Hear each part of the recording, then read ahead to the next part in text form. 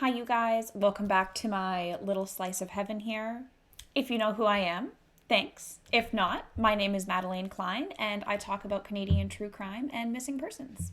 Today's story falls under the true crime umbrella, and I can't believe this case slipped my mind until just last week. Prepare to be baffled and infuriated. Today, I want to talk about John Schneeberger, a former doctor who raped a patient in Kipling, Saskatchewan in 1992 and managed to fool forensics by providing a fake blood sample 3 times.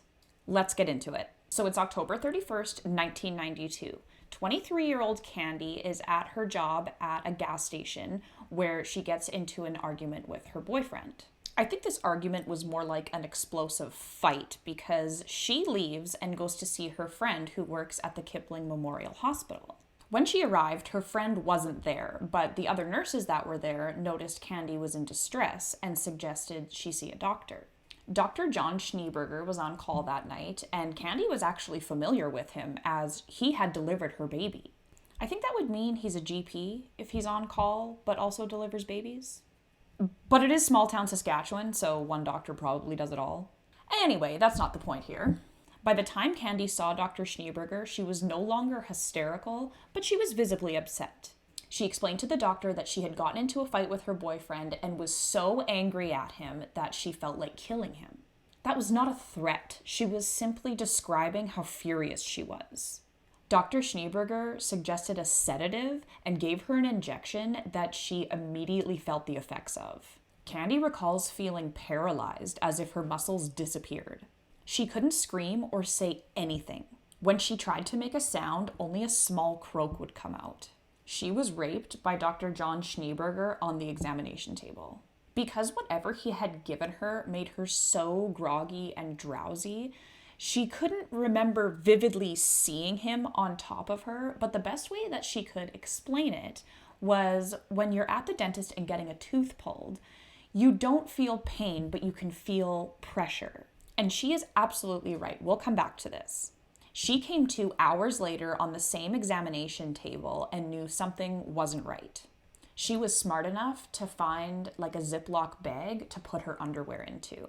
She wasn't able to drive home as she was still too groggy and dizzy from whatever Dr. Schneeberger injected her with. The nurses get Candy to stay the night at the hospital. She doesn't mention anything about the assault to the nurses, but the next day asks Dr. Schneeberger what drug he gave her the night before.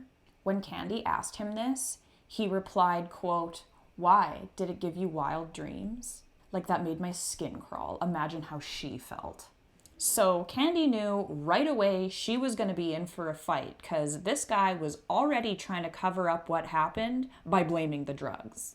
She went home visibly shaken up, told her parents about the assault, and they drove 2 hours to Regina to get a rape kit done, where they confirmed her suspicion. They found semen on her underwear, her jeans, and still inside of her when she said that she had not had consensual intercourse in weeks. They performed a blood test as well, and it showed she was given a drug called Versed, or Midazolam, which is a pre-anesthetic drug. I actually used to work in an operating room, so I'm familiar with this drug. It not only slows brain function and allows you to sleep, it makes you forget. So for example, when an elderly patient comes in with a broken hip but can't go under general anesthetic, they need a spinal. A spinal freezes you from the waist down. In order to get this spinal needle into the patient, positioning is everything. You need to sit up and hug a pillow and curl your back so that the vertebrae open up. But if a patient has a broken hip, they can't do that. So I've seen a patient being given midazolam so that we can get them on their side, lift their leg, and open their vertebrae up to get the spinal in. Remember, medication is not one size fits all, and it affects everybody differently.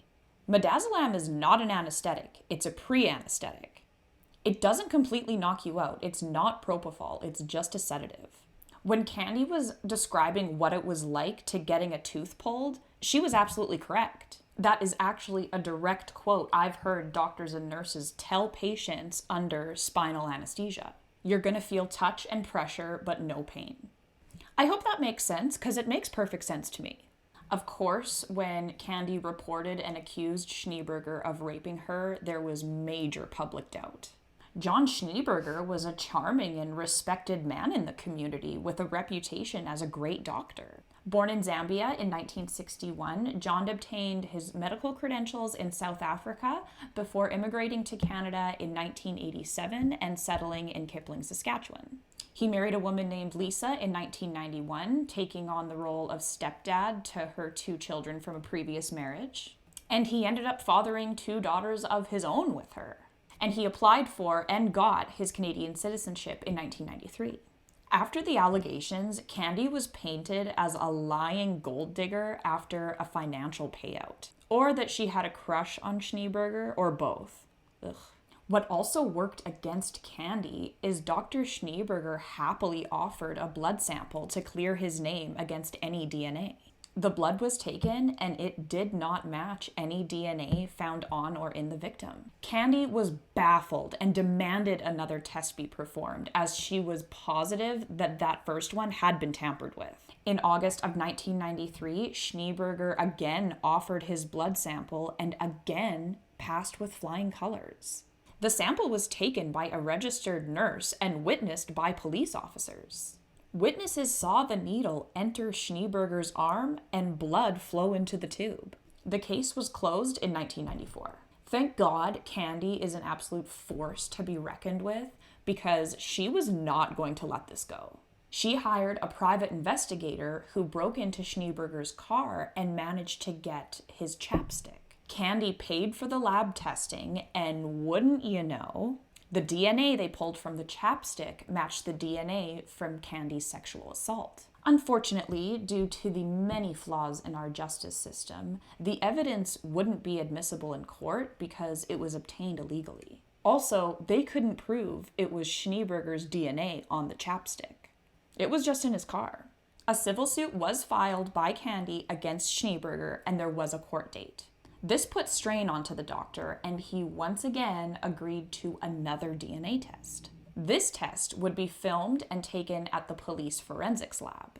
They initially wanted a sample from his finger, but since it was a voluntary test, Schneeberger convinced the phlebotomist to take the sample from his left arm. When she draws the blood, nothing comes out. She tries again, but cannot get a sample. And when she was finally successful in getting some blood and went to test what she could get, the tech was baffled.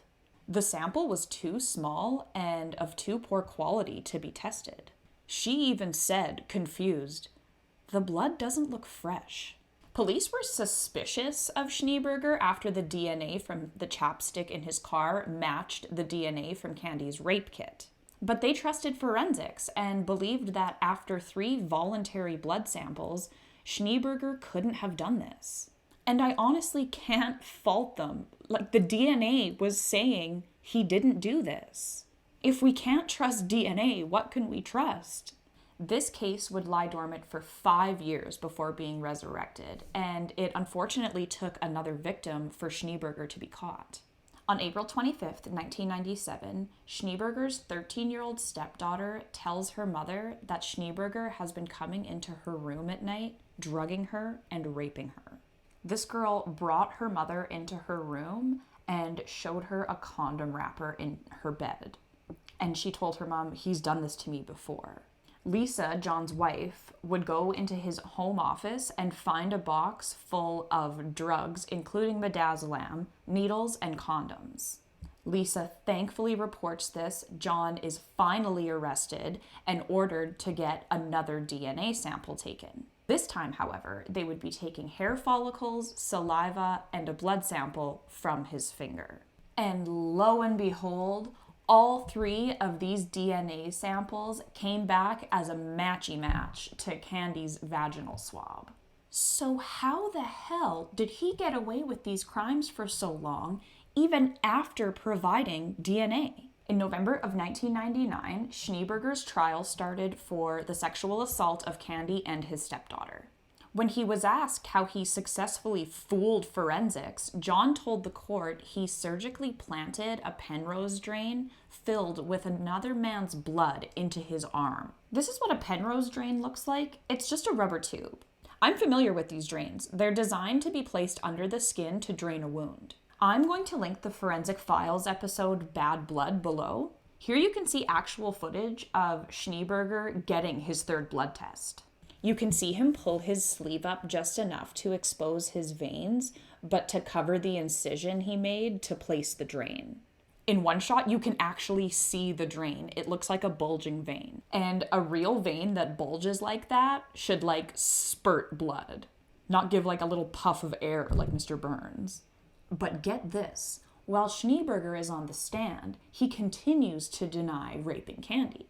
And he says that the Penrose drain filled with another man's blood was self-defense because Candy broke into his home, located and stole a used condom of his so that she could frame him. What? I hope his ex-wife got on the stand and was like, "We've never used condoms. Go fuck yourself, John."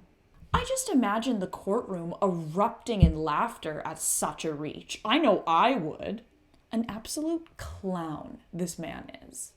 John Schneeberger would be found guilty of sexual assault and administering a noxious substance for both Candy and his stepdaughter, as well as guilty of obstruction of justice. He was sentenced to 6 years in prison and served 4.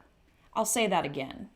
Sentenced to 6 years for violent sexual crimes and got paroled after serving 4 of them. The College of Physicians and Surgeons of Saskatchewan revoked his license, his wife divorced him, and reported him to immigration. When he applied for his citizenship in 1993, he lied on his application and to the judge, stating he wasn't the subject of an investigation. He quite clearly was. He was released from prison in 2003, moved to Regina to work in construction for a bit, and was finally ordered to deport in December of 2003. He had a band of friends that stood behind him with a letter-writing campaign, trying to reverse the order of deportation so that he could see his kids. And they won! Lisa, John's ex-wife, would be fined $2,000 for contempt of court for not taking their kids to go see him in jail. They were 5 and 6 at the time, and raped their half-sister. What kind of judge would order that? Anyway, she eventually obeyed the visitation order. He went back to South Africa in July of 2004, but not before his loser friends threw him a going-away party. He moved in with his mom and applied to be a healthcare professional within 3 weeks of returning. He would end up withdrawing his application in October of that same year. I read that he would be referred to as Dr. Rape when he returned to his native country, so that made me glad. I tried to look up what John Schneeberger was up to today, and I did find somebody by that name who I automatically thought was him, but now I'm not so sure. I Googled the name and to my horror found a very public Instagram account. And I was like, are you kidding me? This guy is remarried and living his best life. But then I noticed this guy was in America. And I'm pretty sure if you have any sort of record, the states do not let you in. Especially a record for a rape. But I actually don't know for sure. Someone let me know if the states are super tight on that. So I'm very aware that there is probably going to be more than one person with the name of John Schneeberger. So I'm really hoping that the one person I did find by that name is not the same one, and this guy is not living his best life. He spent less time in jail than it took to convict him. Thank God his now ex-wife believed her daughter and reported it. Otherwise, he would have kept getting away with this. I realize this is a special case in the sense that there was fake DNA, but I also think this case is a good lesson in that we need to believe victims. It's just really unfortunate that there had to be another victim in order for him to be brought to justice. I'd also like to point out that his second victim was a minor, so he's not only a rapist, but a pedophile too. John's brother, Bill Schneeberger, is a cardiosurgeon who is still practicing, I believe, in Ohio. But to this day, this man defends his brother and claims he's innocent. He even went as far as to try and help him get back on his feet professionally. Gross. Take his license too. So that is the bizarre and horrific story of John Schneeberger and how he fooled forensics. He spent time in jail, but I don't believe justice was served. 4 measly years for raping 2 women and obstructing justice. You can face up to 5 years for obstruction alone. What an absolute slap in the face to his victims. And the fact that he is now living free and happy really irks me. Nothing good should happen to this man. Anyway, as always, I'll have some links below. I'll have the Forensic Files episode Bad Blood linked. I highly recommend you give it a watch. It's only like 23 minutes long and so informative. They interview Candy throughout and I just love her. She's so courageous and confident and just a boss. She talks about the trial and with a smile says, "I was a bulldog on that stand. I kicked his lawyer's ass." I was like, yes, I love you. And you can also tell how strong-willed and assertive she is by just how she did not give up. She knew what had happened and was not about to let it go. I couldn't imagine facing that kind of adversity. Knowing this man raped you and then DNA saying he didn't. I'll link a Forensic Files Now article from 2018. It just kind of updates you on the case, and that's where I found the little tidbit on his brother. Jordan and I will be discussing this case on Thursday, February 23rd, live from the Nighttime Podcast YouTube channel.